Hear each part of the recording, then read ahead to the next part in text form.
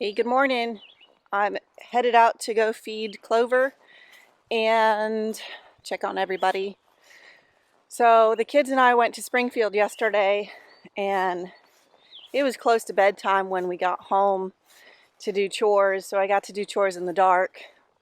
I switched to feeding the pigs and calves and stuff in the morning, so I have time to take care of them properly, to where in the evening it's just closing chickens and feeding the baby.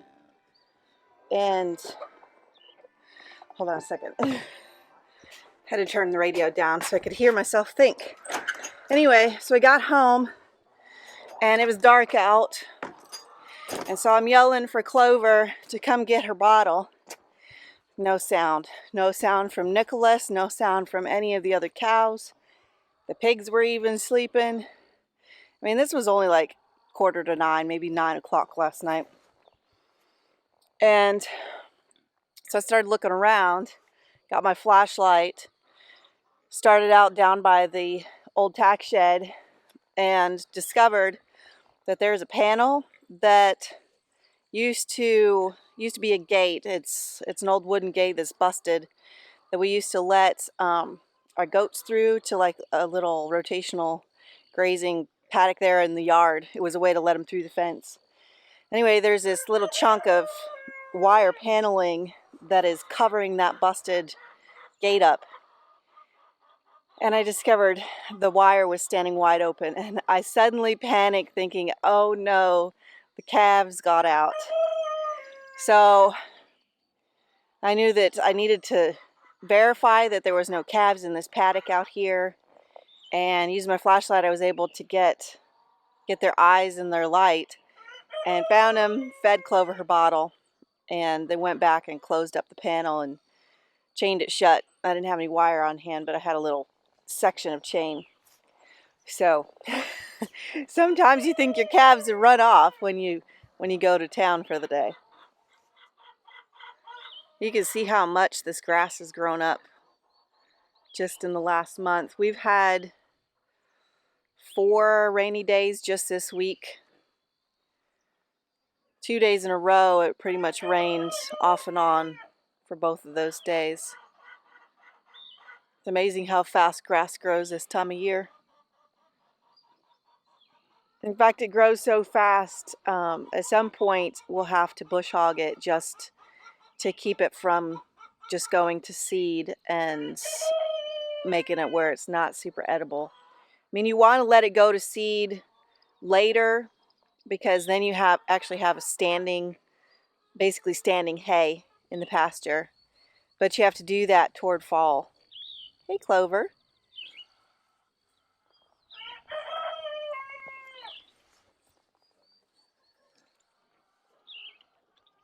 So I brought Nicholas in here the other day, and he's definitely looking like a lanky teenage calf, but the other cows had not let him next to the feeder to get any feed at all for probably a month.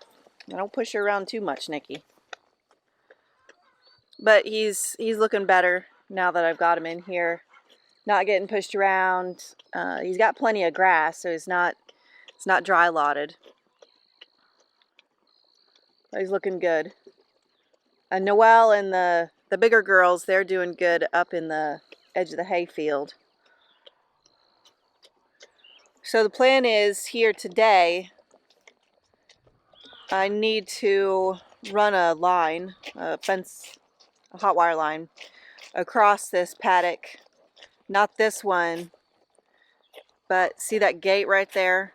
I need to create an alley that runs across that pasture so that I can get the cows down into the bottom of our farm while we still have water down there. We have a wet weather creek down there, and this is the time of year we use it, other than in the fall and maybe over the winter.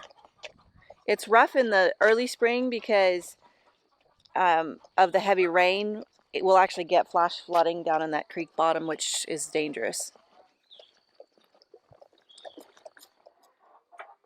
Look how Clover's standing in her feed bin.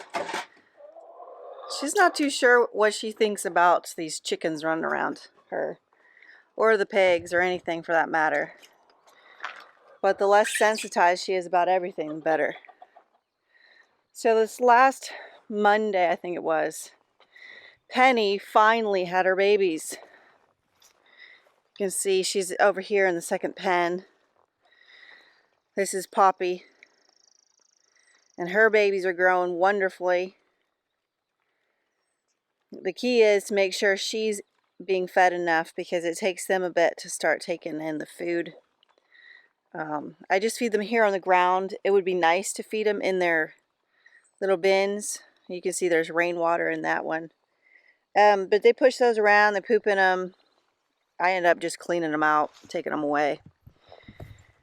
But yeah, Penny had 9 babies, and all live births, beautiful babies, nice even sizes. And we ended up with 6 that made it past the 4th day. We had rainy weather here, and you know, sometimes with a big litter like that, you just don't know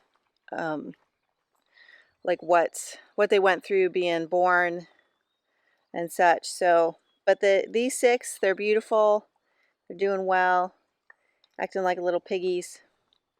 They hide in this dock plants over here, and for shade.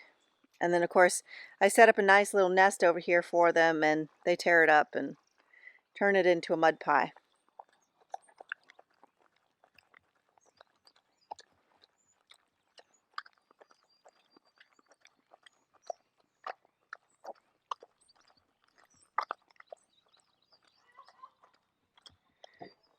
So today I have loads and loads and loads of mowing to do. Usually if I get everything done in one day, it takes 4 to 6 hours of mowing. That doesn't include trimming. I haven't even gotten any weed whacking done this year. It needs it desperately. It's a lot. Before I got married, I would mow most of the time. My dad would mow sometimes, but I would mow, and about every other time he would do all the trimming, and it always looked really nice when he got done. It tends to look like I partially did the job when I just mow, but you know, there's other things I have to do with the kids and going into the weekends. I have that time crunch to do, so I don't have a couple of extra days over the weekends to take care of stuff. But I'll show you the way the grass looks now. So I didn't get this mowed the other day when I mowed everything else. You can see underneath the swing set ladder, that hasn't been mowed. Haven't pulled out the weed whacker yet. The garden's not terrible bad, but definitely needs mowed. The yard, if I don't get it mowed, I'll have to rake the grass, the actual clippings. And that takes a long time, and that's a lot of work I don't want to do.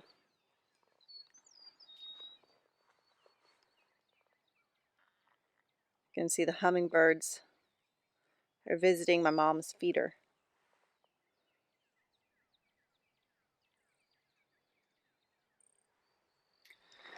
So I did all the mowing. It's later, it's almost evening actually. And I went down to the bottom.